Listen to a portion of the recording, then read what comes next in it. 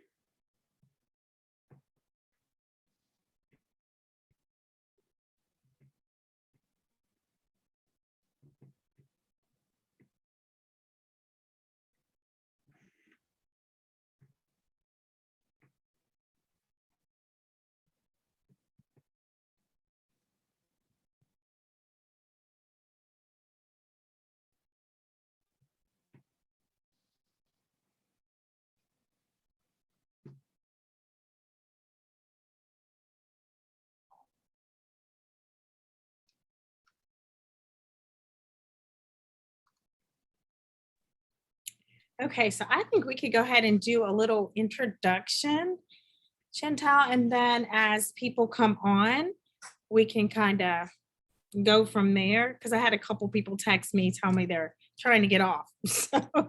So I know Charlene, I see you're on, and Montisha, I see you're on. They are both psych NPs. And I think those ladies know who I am. But I don't know if they know, Montisha, you may know, but I started Jirah Anesthesia about a little over a year ago, and that was so I could partner with V. They both know V as well. So I could partner with her so that we could do ketamine here at the Wellness Center. So that's what we've been doing. Shantel, do you want to go ahead and kind of introduce yourself to the ladies? Sure. Well, I am a psych nurse practitioner as well. And so my background typically over the last 5 years has been more specific to ketamine treatment. I've been practicing now in general psychiatry, geriatric psychiatry, for, a number of years, I think since 2014 initially, but obviously all of us who've ever been a nurse have been around clients with medications that, are for psychiatric reasons. We know people who struggle with depression, anxiety, or have loved ones who struggled. And so it's all around us, really. I mean, if you're in the healthcare industry, you're exposed to a lot of the toll of mental illness. And so was almost just kind of a natural gravitation to kind of move into learning a little bit more about psychiatry, where we didn't get a whole lot, as nurses and undergrad, and really learning. It was kind of, I felt like the stepchild that really wasn't all that important, and everything else was much more important, which I feel like is such a disservice to a lot of nursing students, because, as you probably know, Montisha and Charlene, and this is such a high demand position right now. And it just shows that you'll never have to worry about where you're going to work for the rest of your life. Like, we're doing wonderful work, just like, Thewanda, you're doing awesome work too. And the way that you've been able to kind of tap in and kind of merge what you do with psychiatry is amazing. So I'm really excited to be here today. So thank you for inviting me to kind of speak a little bit about this in conjunction with what you do. Yeah, so the awesome part of this is, as with Shantel teaming with us here, or as being a part of our team here at FLO Hydration and Wellness, is good, because I'm not the psych expert. I can infuse the ketamine safely, and but anything psych-wise that I feel I need to get a little more consultation about, or a little more information about, we have Shantel available for that, which is awesome. So that takes me to this. So ladies, I have been practicing for 22 years, 11 of which has been anesthesia. So I have had psychiatrist friends, I've had nurse practitioner friends, as well as therapists and counselors tell me they know a little bit about ketamine, but they don't know enough to be comfortable to recommend ketamine treatments to their patients. So I'm hoping that this webinar today is just gives you a solid understanding of ketamine therapy, as well as allow you to answer questions or get questions answered about ketamine therapy. Okay. In hopes that if your patient's a candidate for it, you would refer us here at FLO Hydration and Wellness. We will take excellent care of your patients. So with that being said, I will give just a little background on ketamine therapy. So it was back in the 1970s that it was FDA approved. And it was approved at that time for analgesia as well as an anesthetic. So the anesthesia world knew about ketamine. Soldiers in the battlefield used ketamine for pain relief. It was pretty fast onset and it was very effective. So that's when it was used then. It wasn't until the 1990s that ketamine was introduced to the mental health world, and ketamine had been seen had shown benefits for those suffering from depression. They didn't quite know how it worked at that time, but we've got a little better understanding on what parts of the brain that ketamine affects now. And so with that being said, it also developed a very bad rap in the streets as well, because it was recreationally abused. So it was Special K, the vitamin K hole, so many different things that people have heard. So they're like, I don't know about that. And it was also known as a horse tranquilizer, all of those things I hear from patients when they hear about ketamine. So they kind of shy away from it a little bit until we can educate them on it. But as I said, so it was the 1990s that ketamine came into the mental health world, and it started showing some benefits. So that brings us to current day. We use ketamine, I will say, in 75% of our patients in the hospital.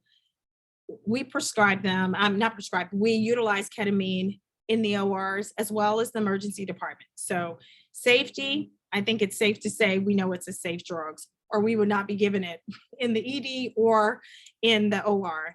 And when we use it in the clinical setting or in the outpatient setting, we use what we consider a sub-anesthetic dose. So it's much lower than your typical dose we would probably administer in the hospital setting.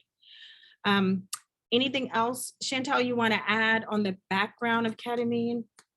No, I guess my only thing that comes to mind, oddly enough, while you were discussing, its kind of street usage and history is, that's like not a good thing, but if you look at it, it's kind of speaks to ketamine's safety profile.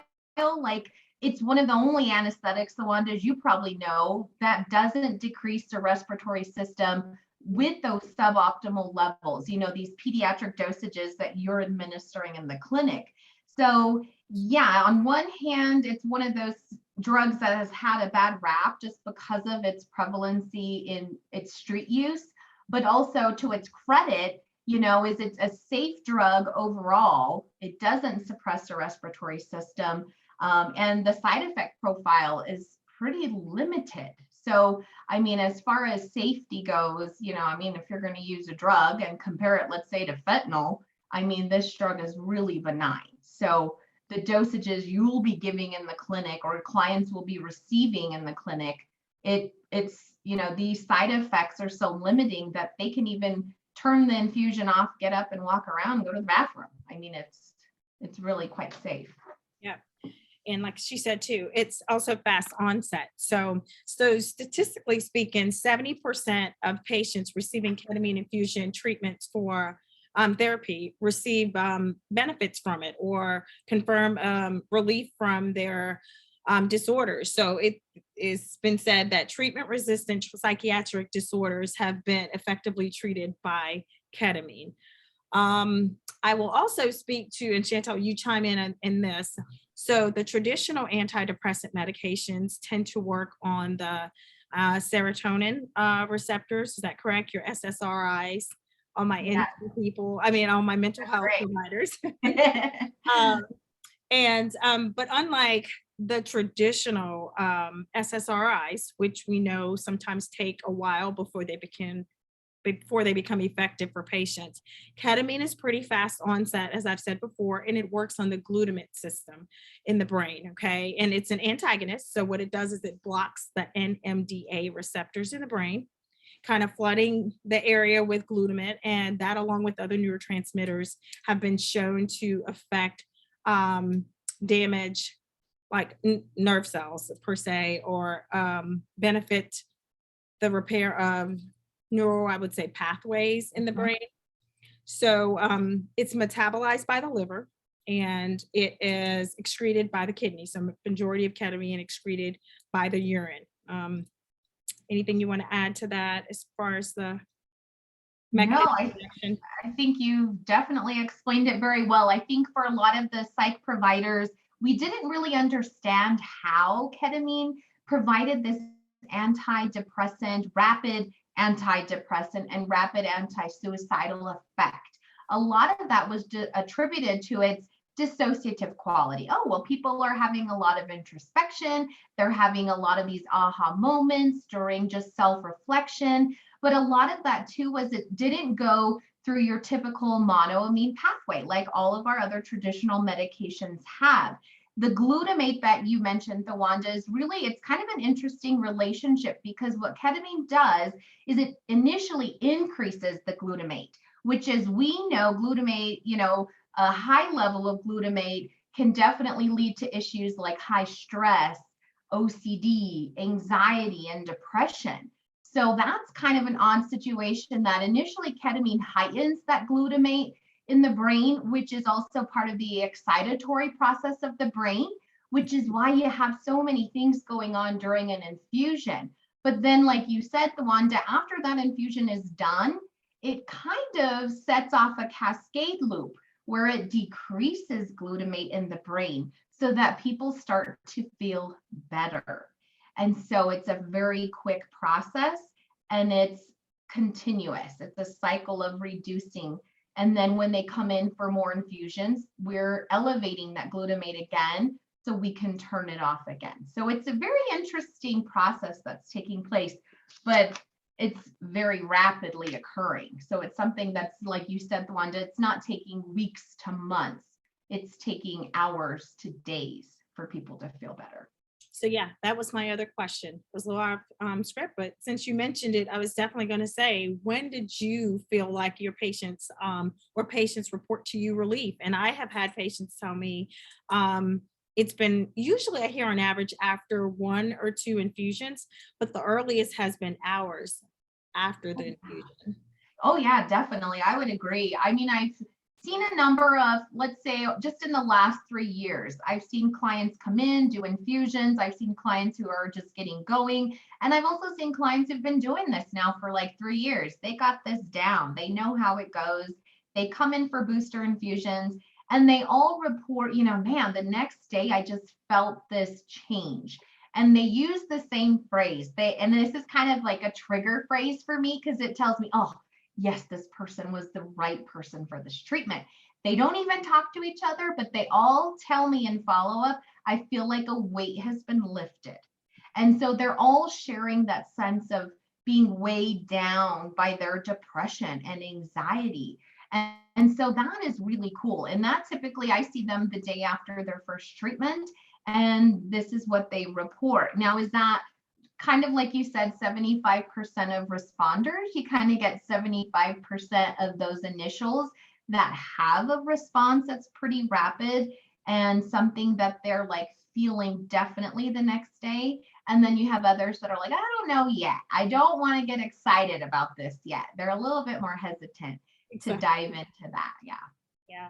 So then that brings me to the question. So what patients have you found to benefit most from ketamine therapy?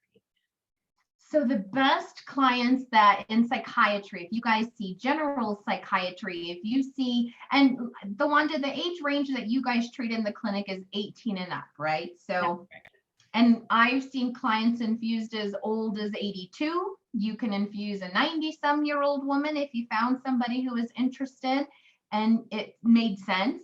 But I have a couple of women in their 70s that are doing it who said, man, I wish I would have found this 50 years ago because this has really changed my life. But, just to kind of essentially the best clientele that we see, the clients that we're treating right now, because unfortunately, ketamine, this level of treatment is not a first line therapy option yet because of the fact that it's highly invasive. So the clients that come to mind that tend to respond the best would be your very treatment resistant depressive client. They've been on at least 2 to 3 different meds and maybe therapy, and nothing has been very helpful. They've never achieved remission. Your PTSD client who is not successful with, therapeutic intervention or oral medications. As well as, generalized anxiety disorders. I would not say I have seen a huge amount of success with things like OCD. Panic disorders are not really appropriate, and we can kind of talk about why that is down the road. But let's say the client just has severe panic attacks. Ketamine is not going to be the option for them. And Thewanda, you know this as well, but at the dosages that you're going to be administering, it's a stimulant. So it can kind of induce more panic than treat. So if that's not just a side effect of their treatment resistant depression, it's not going to go too well. Yeah. So we want to stick with those clients who have suicidality. They're not actively suicidal, meaning there's no intent, there's no plan. You're not staying awake at night worrying about this person, like maybe they should be hospitalized. That person should be hospitalized and stabilized. But people who have chronic suicidality and that has never been relieved with oral medication should try ketamine because of its rapid anti-suicidal effect. And Thewanda, I don't know if you've seen this. I've seen a client go in for 1 infusion, and even if the depressive symptoms remain, the suicidality can be gone from the minute they've had that infusion up to years. I've had some clients say, I haven't had that, and I started these treatments a year ago, and it just never came back after that 1 treatment.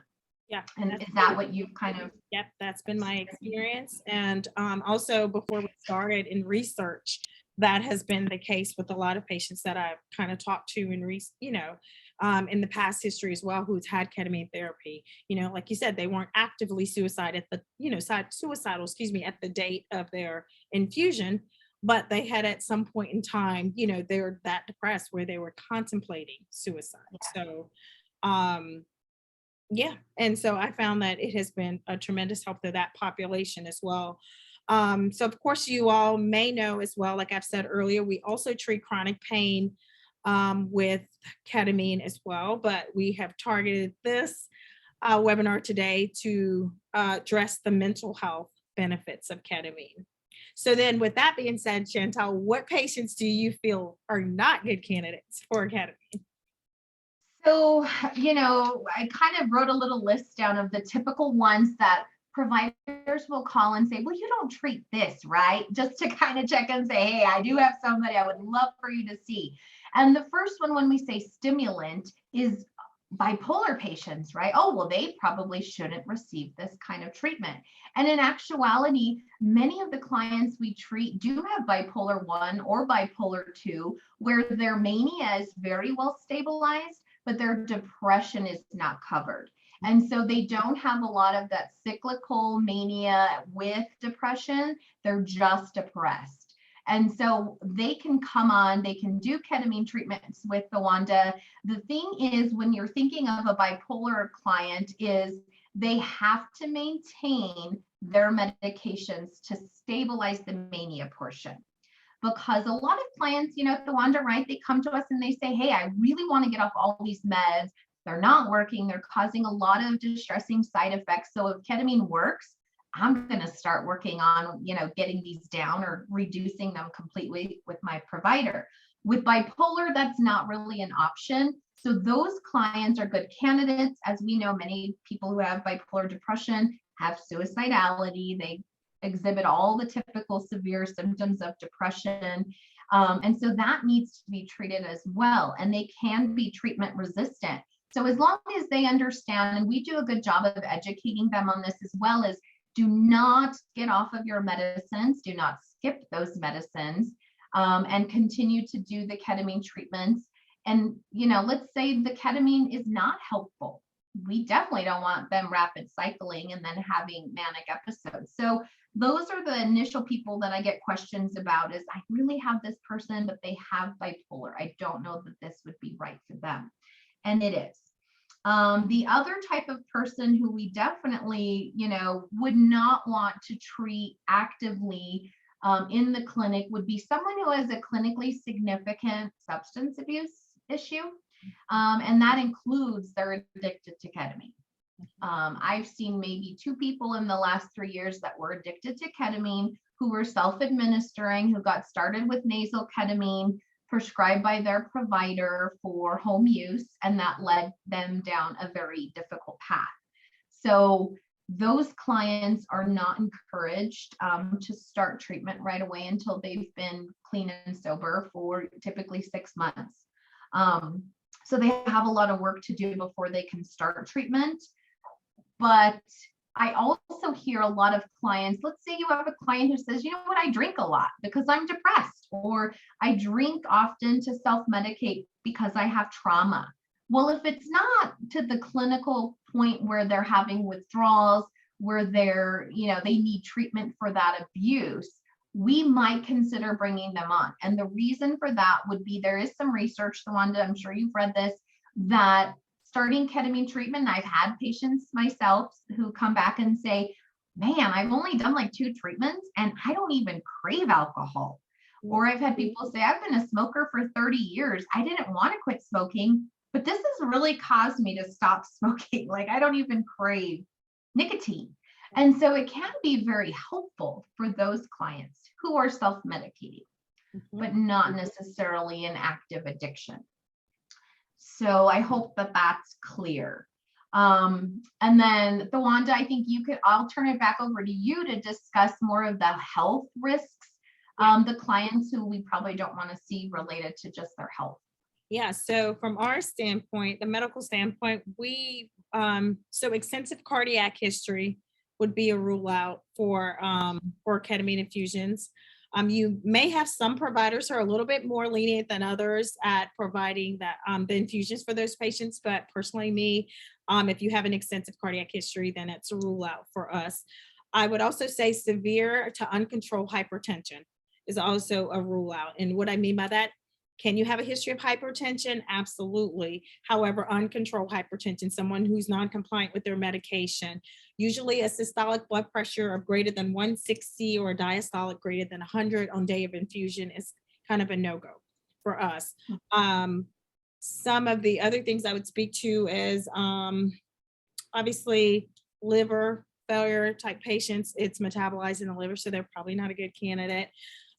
Red flags, like you mentioned, so no psychiatrist, no therapist, no provider managing their, the mental health aspect of things. They tend to be a little bit of a red flag, those type patients. So in order for us to see them here, we usually ask that they would establish with someone, to see them, and then ultimately get that person to refer them. So those are our main red flags. So the cardiac history. The other thing is day of surgery. There were a couple medications, Shantel. I'll get you to speak to these as well. So benzos, because of course your patients are going to come here and they're going to be on benzos. So we usually have them stop that treatment a couple hours prior. So maybe would recommend they not take the benzo the morning of, and then a couple hours after. Would you agree? Like I think we have 6 hours after post infusion.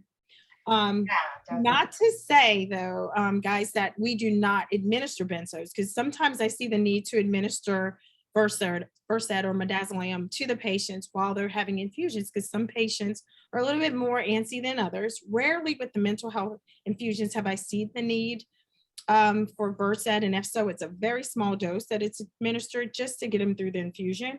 It's more the chronic pain infusions that are up to 4 hours. Those people tend to need a little something, so a little Haldol or Versed to help smooth over their infusion. Stimulants, you spoke, so like ADHD medications, Adderall, Ritalin, Vyvanse, Focalin, Concerta, all of those medications, we usually recommend that they refrain from taking those as well the day of infusion. Is that correct? And I think it's for the increase in blood pressure is usually, the side effect of that. And then there's Lamictal, which is used for bipolar as well as seizure disorders.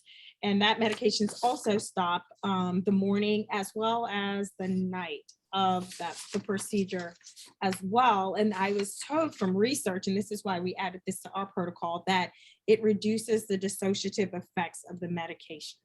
So, in that case, patients who have that on their med list, we usually have them stop that the morning of, as well as the night of their infusion. Have you experienced that with Lamictal or? And with that one, Thewanda, so typically a lot of the research shows with Lamictal, it's at dosages higher than 200 milligrams a day. So that is kind of the threshold where there's that reduced dissociative quality. And I guess when we say dissociation, we're talking more about the psychedelic property of the treatment, where people are feeling that detachment from body and self. It's that same feeling you kind of get when you're driving home from work and you zone out and you're like, whoa, I just made it all the way home and I don't remember that trip, right? So that's that dissociative disconnect that these clients have. And the reason that is so important is because that's where a lot of that self-therapeutic stuff comes into play. When they're detached from the stress and the anxiety in their gut and the self, they're just not thinking about all those things that are happening in the world and to them and all the things they have to do. They're more thinking about life and how connected they are to their loved ones. I hear this all the time when the husband goes in and the wife is there just as support and he's doing the infusion. I've had a husband come back and tell me, wow, I noticed my wife smile for the first time in years. Like, it's almost like I'm getting to meet her again, because I've been so shut off from her emotionally, and vice versa. So, and the reason that happens is they say during my infusion, I just thought a lot about like our life and how much I loved her. And so it's kind of cool how that happened. They just kind of let everything else fall away and went through their own therapeutic process.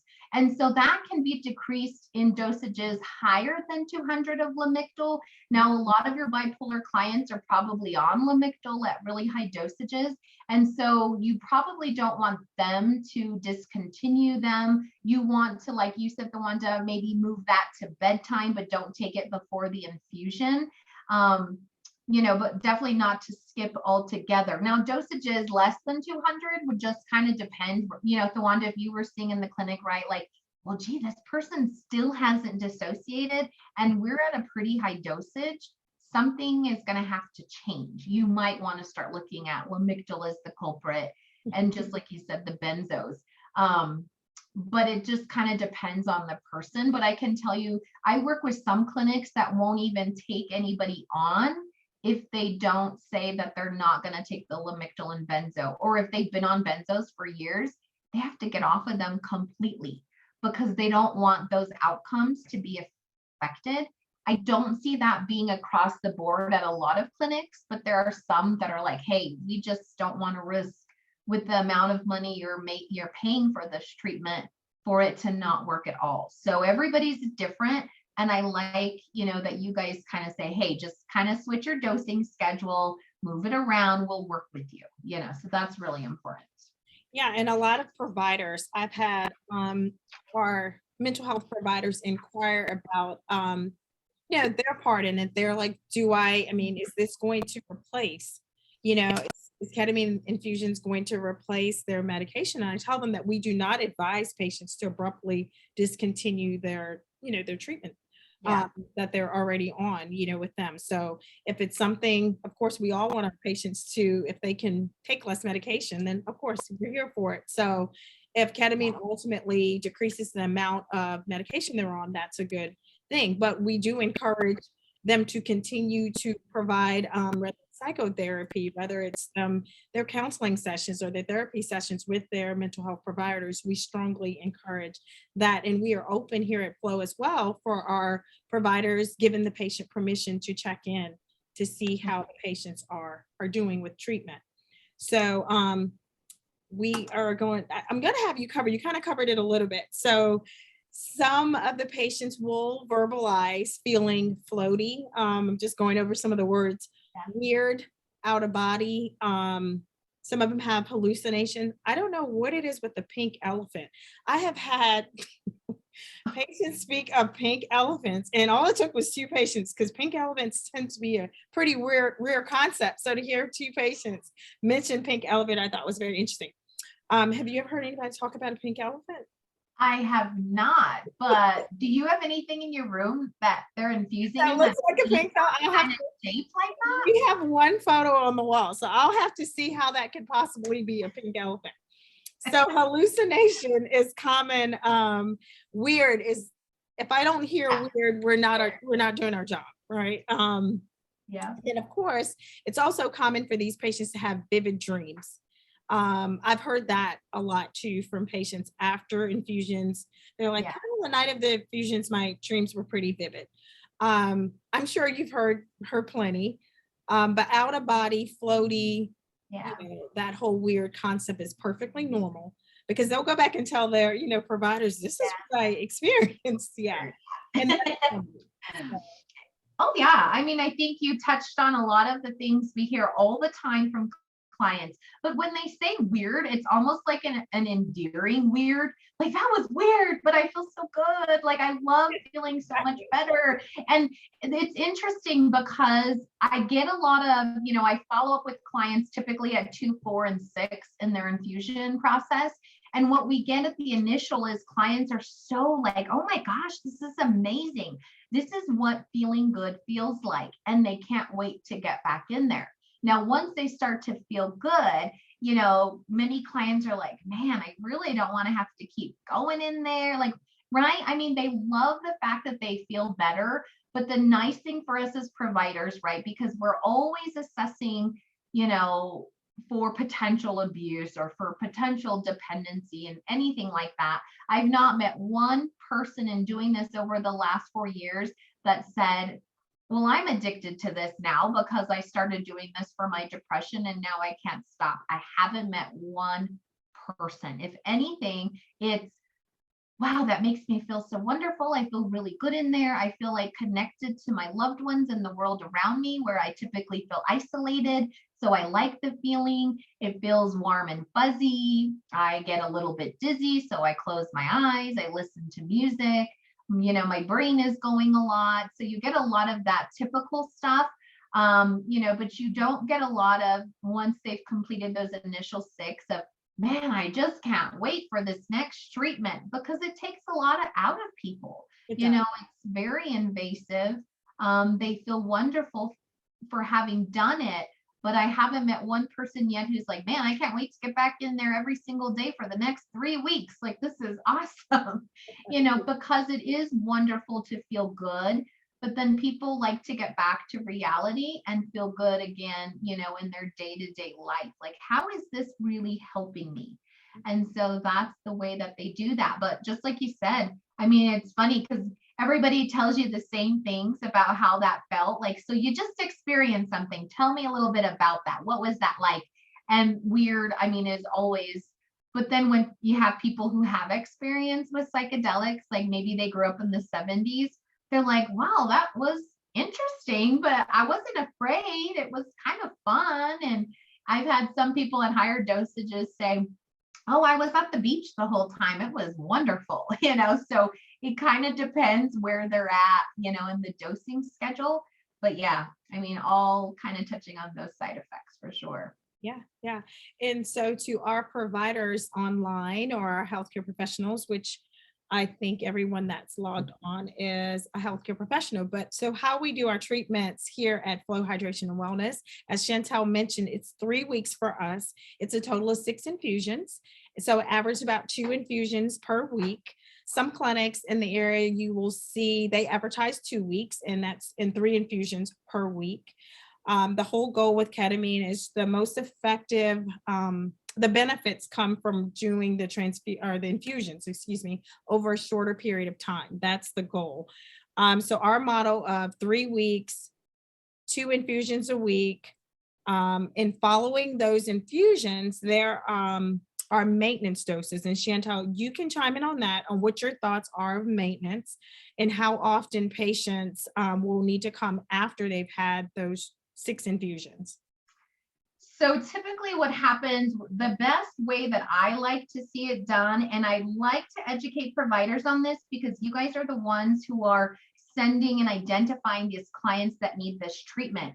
And the worst thing I've ever heard was a patient who went like 3 months without getting a 7th infusion because her provider was like, what is wrong with you that you need to go back? That was like a curative treatment, right? Like, you don't need to go back.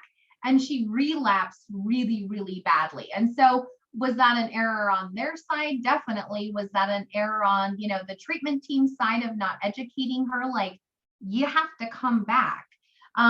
What happens is after that 6th treatment, so they've been going pretty hard, steady for 3 weeks solid. They've had good coverage. They're in there getting 2 treatments a week. They feel really good.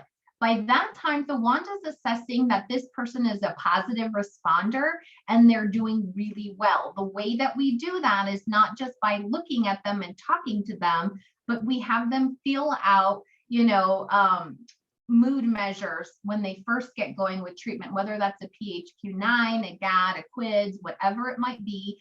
You'll have them fill those out at the beginning and somewhere in the middle, and then at the end. Most of these people will tell you, man, I feel really good.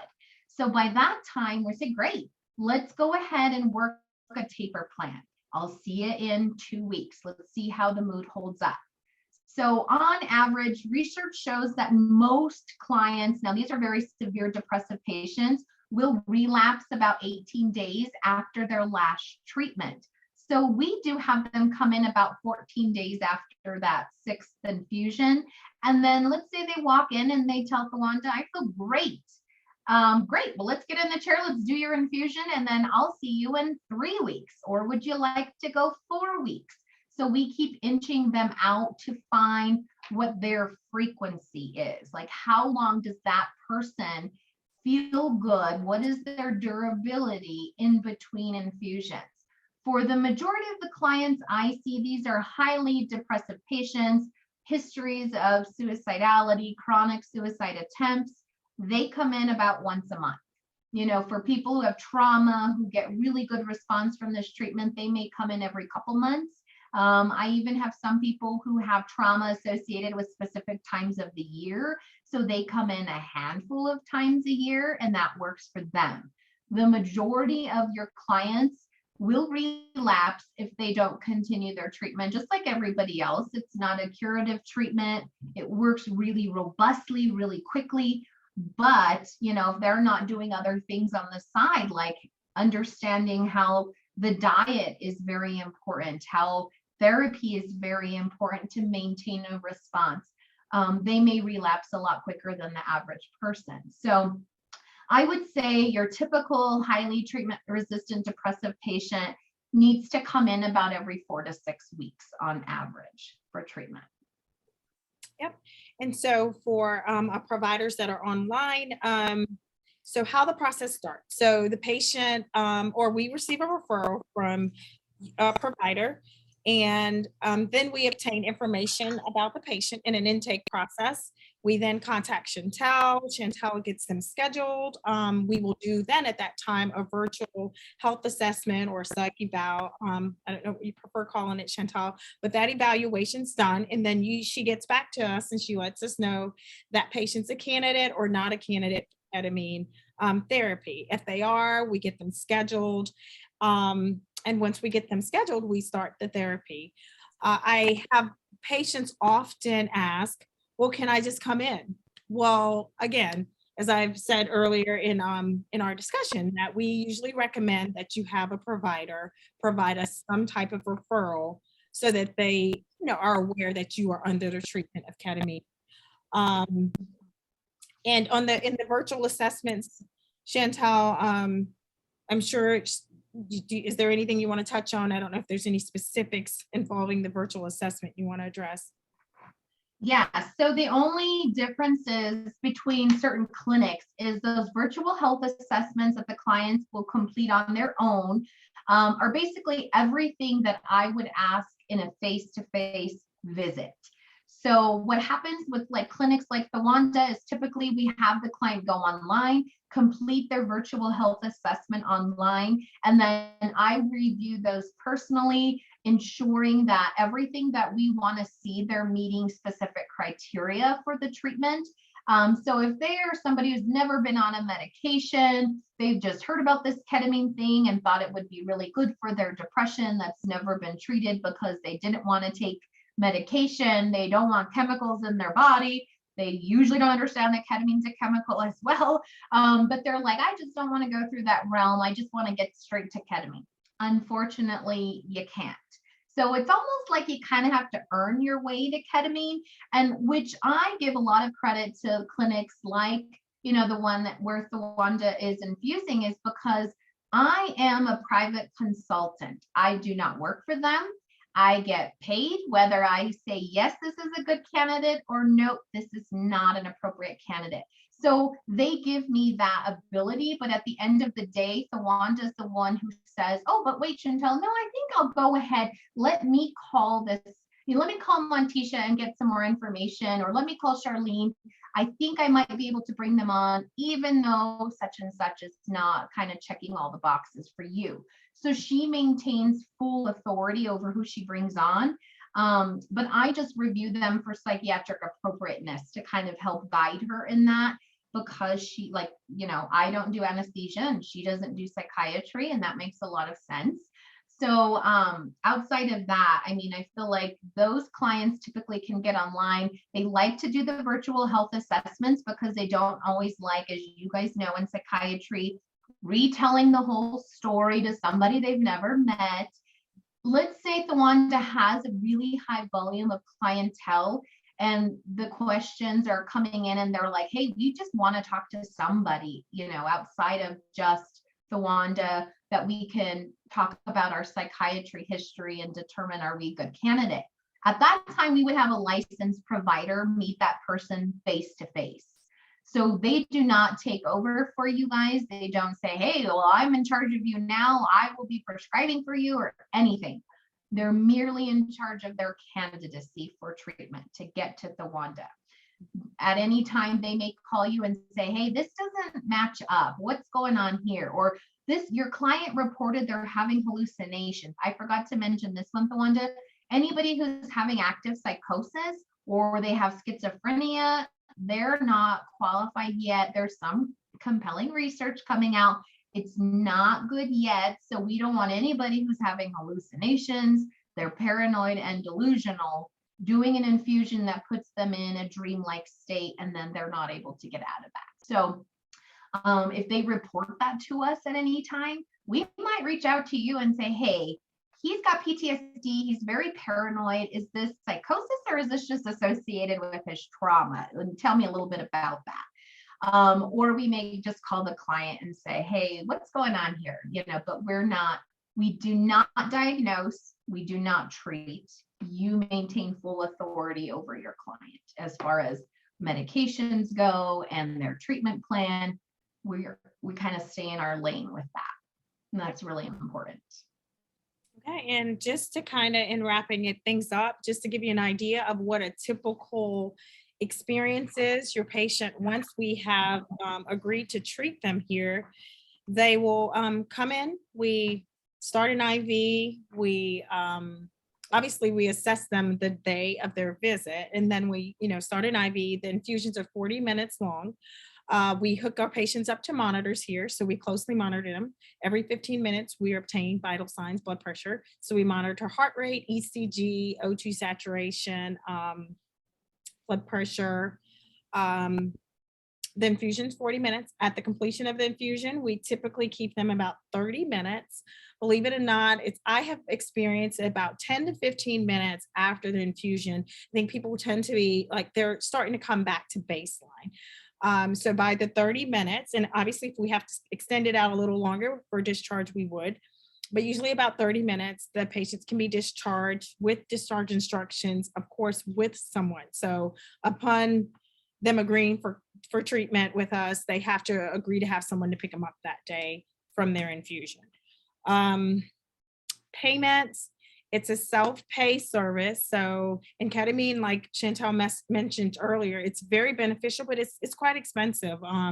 It's $450 per mental health infusion, and $850 is the cost of the chronic pain infusions. But I have found that for patients who are truly treatment resistant or at their, just kind of ultimate low, they work out, a way to come in and get therapy. Believe it or not, the patients I see with ketamine, they've done more research about it.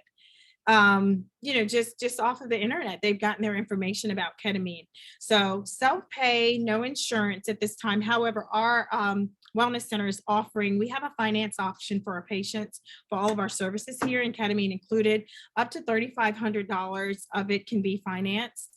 So that's an option if your patients were to be referred here. And I think that kind of covers everything. We're still on task for time. I'm gonna actually unmute the group to see if anyone has any questions. So pardon me. And I would like to add, Thewanda, just for any providers, depending on the clientele that you work with, obviously I hate to always say like this is a rich person's treatment, because that's not fair by any means. But even though it's not typically a covered benefit of most insurances, I have had clients who have chronic treatment resistant depression who've been hospitalized multiple times, and their insurance said, heck yeah, we'll reimburse you, send in your EOBs, and we will pay you a check every time you go in for your treatment. So it's not like it's something they can't completely access.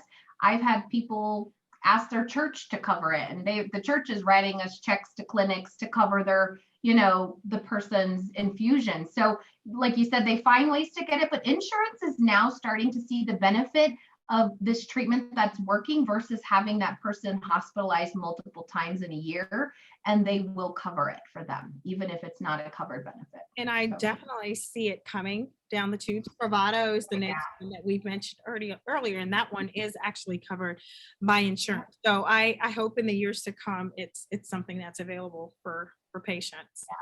Yeah. Okay, I think you guys are unmuted. Now, I am awful with Zoom, so forgive me. I think you are off. So if there's any questions, we will entertain your questions now.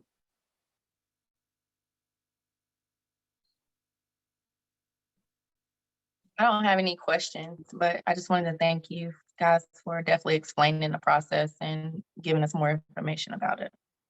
Thank you for joining, Montisha. Yeah.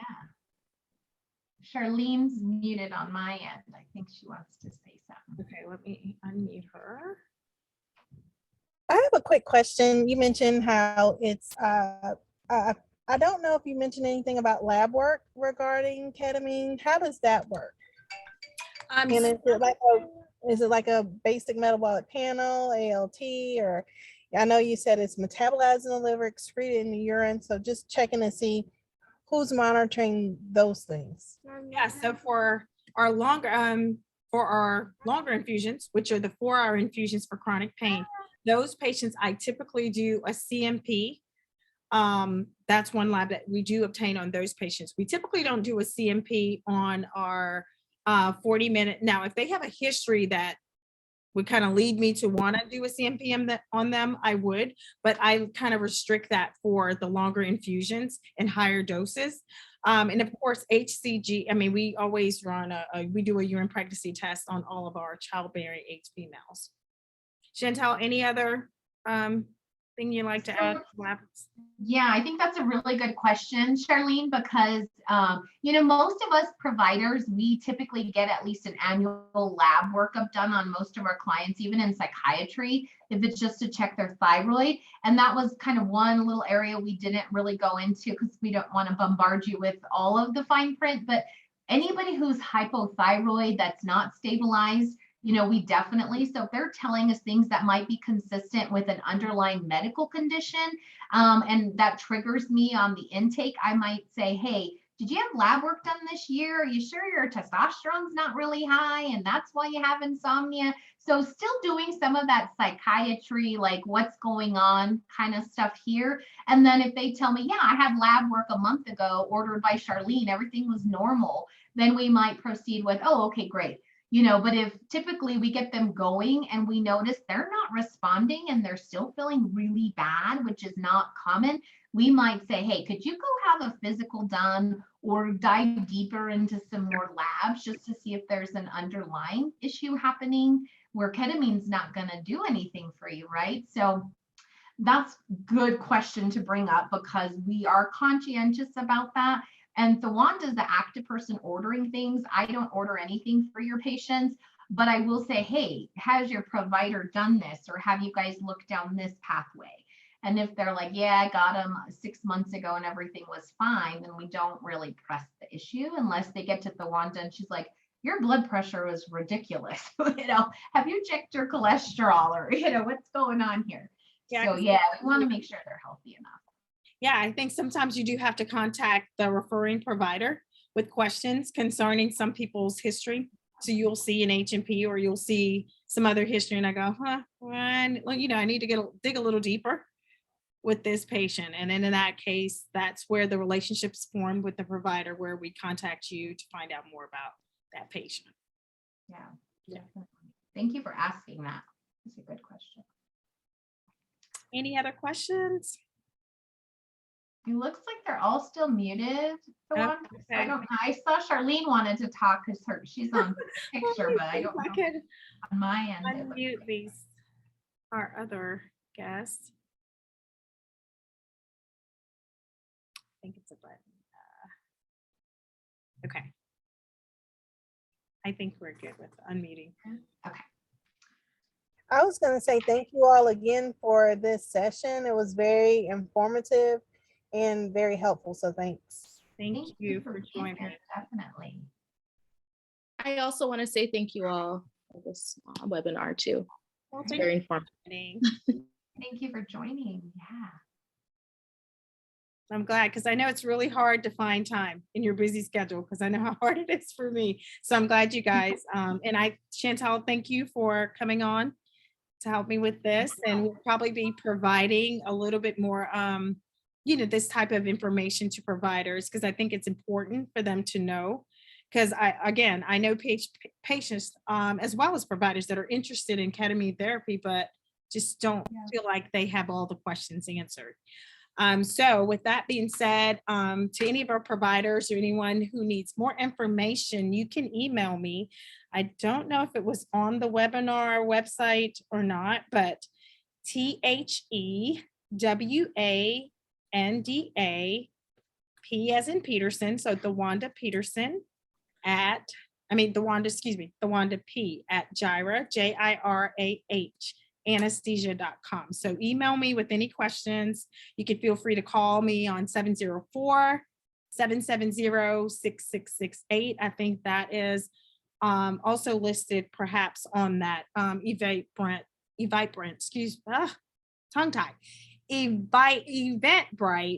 site. Can I get it out? Okay, so call me personally or email me with any questions. If anyone needs a referral form, we'll be happy to have our office manager send that over to you in a PDF form via email, and you can continue to pass this information on to other providers, your colleagues and peers. Okay? Any other things you'd like to add, Shantel? No, I just want to say thank you all for being here. It looks like it's a whole room today full of women. So that is awesome because, you know, anytime we can get out there and learn a little bit more and kind of one up everybody else, I'm always happy about that. Like, hey, I know about this. I think that as long, and I just want to share this because I feel like all providers have been there. You know, I had a gentleman a year ago say, hey, you know, or not a year ago, but probably 5 years ago, say, hey, Shantel, can I do, you know, this ketamine stuff? I heard about it. And I was newer, you know, at that time to psychiatry and was like, no, absolutely not. We're not going down that pathway. And myself now would have gone back to that gentleman and been like, heck yeah, let's do this. You've already tried 5 medicines. Let's go for it.